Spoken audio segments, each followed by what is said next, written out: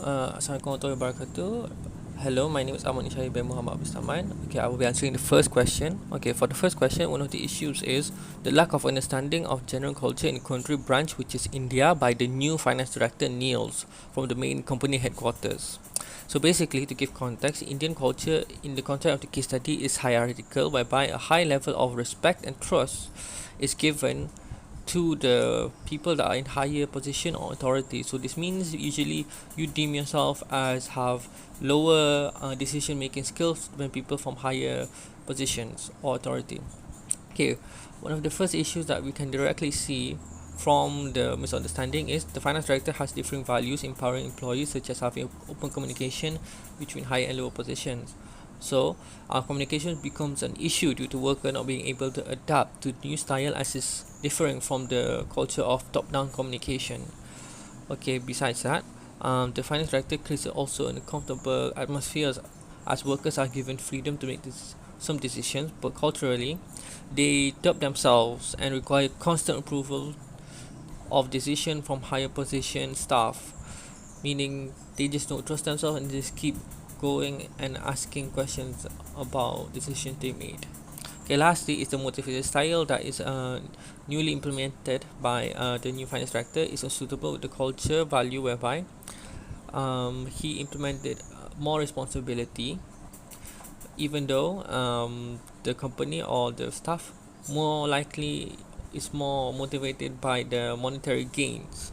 Because of the different cultural values, his belief in how motivation works is differ, thus creating an issue.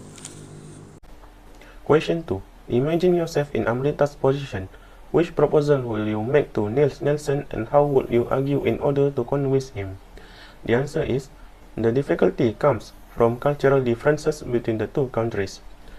The corporate headquarters should take steps to better comprehend and investigate the cultural setting in India, and then assess the differences. Then make some changes to the corporate cultural value system to ensure that all employees are on board. The first goal is to retain employees and make them happy in the short term, while the second goal is to examine the culture in depth and identify the major flaws in the long run. The goal should be to strike a balance between global decentralization and local centralization. In Parmas, India, for example, the Indian work culture, institutional backdrop, and film scale should all be taken into account. The training, new recruits aligned with corporate culture, HR trainings, and employee rotations between nations are all suggestions. Exchanging core values leads to the acquisition of core values, standardization of shared learning and local adaptive customization HR department's active strategic involvement. The corporate headquarters want to carry out increasingly sophisticated tasks in India, with more empowerment and less micromanagement expected. Teach the employees to live the value. When she empower the employees, they get upset because in the Indian context, their expectations are micromanaged by the manager. Orders and follow-up that are explicit. They keep to the directions and do not want to go outside of the lines, which is not surprising given the Indian culture and school system.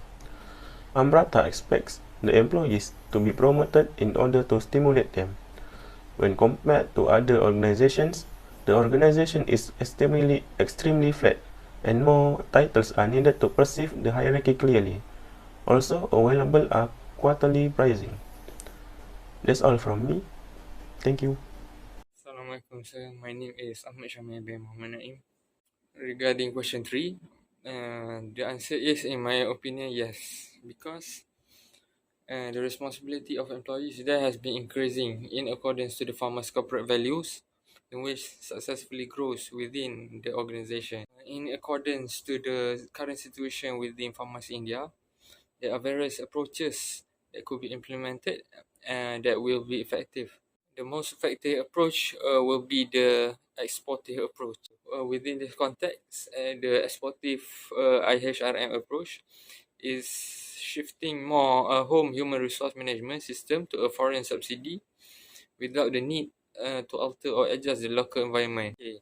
Uh, This means that the human resource management procedure that is being developed at the HQ should be enacted in cross-border subsidiaries with the maximal practicable replication. Within the context of the replication of human resource management approach, there are various modifications that can be applied in which they are considered dependent for the purpose of increasing local responsiveness.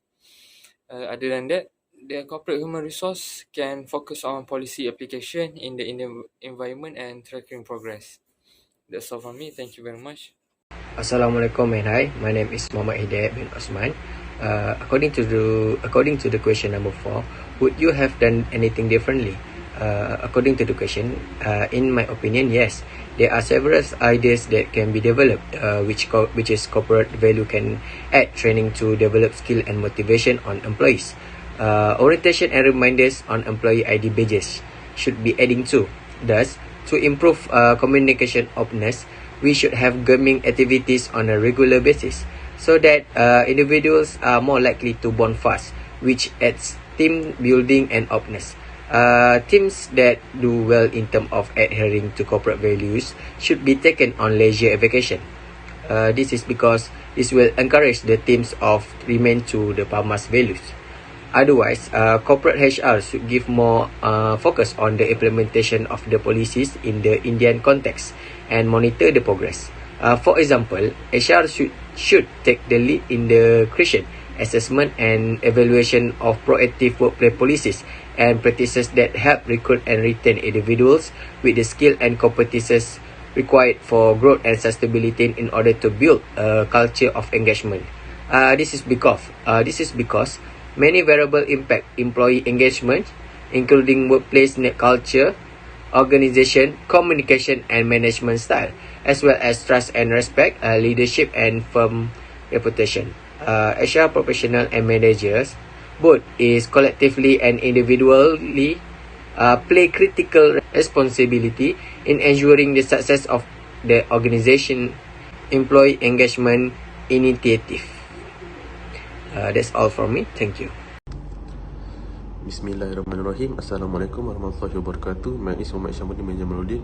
Okay, for the question number 5, how should one proceed now to achieve the best possible result for Farmers India Financial Service Centre? Okay, so the answer is Farmers India's budgetary administration has done exceptionally well in executing a hybrid shift of the corporate values within the area.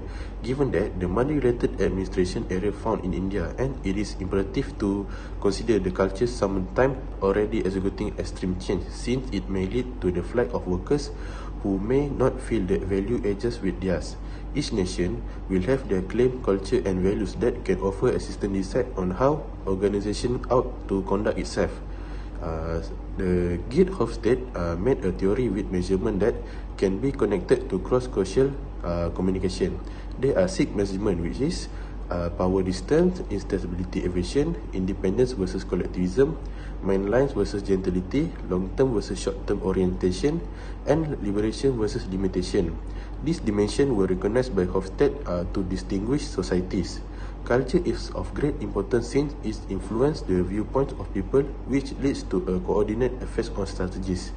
Supervisors got to be exact with their choice making and negotiation, since the culture can either make it a simple or a troublesome errand. Just like countries have societies, each company can have their individual corporate culture which affect worker fulfillment. For the summary, Amrita is finding it difficult to implement these core values in India because of differences in their cultures. To implement the corporate values at subsidiary level in India, top management has decided which approach they will choose to design their international HRM system. This approach will be exportive approach, which means HRM practices which has been developed at the head office should be integrating at the cross-border subsidiaries with the close replication. In the PAMAS India, where they manage as dependently to increase the local responsiveness, the little adjustment are acceptable in the replication of the HRM policy. That's all for the summary. Thank you.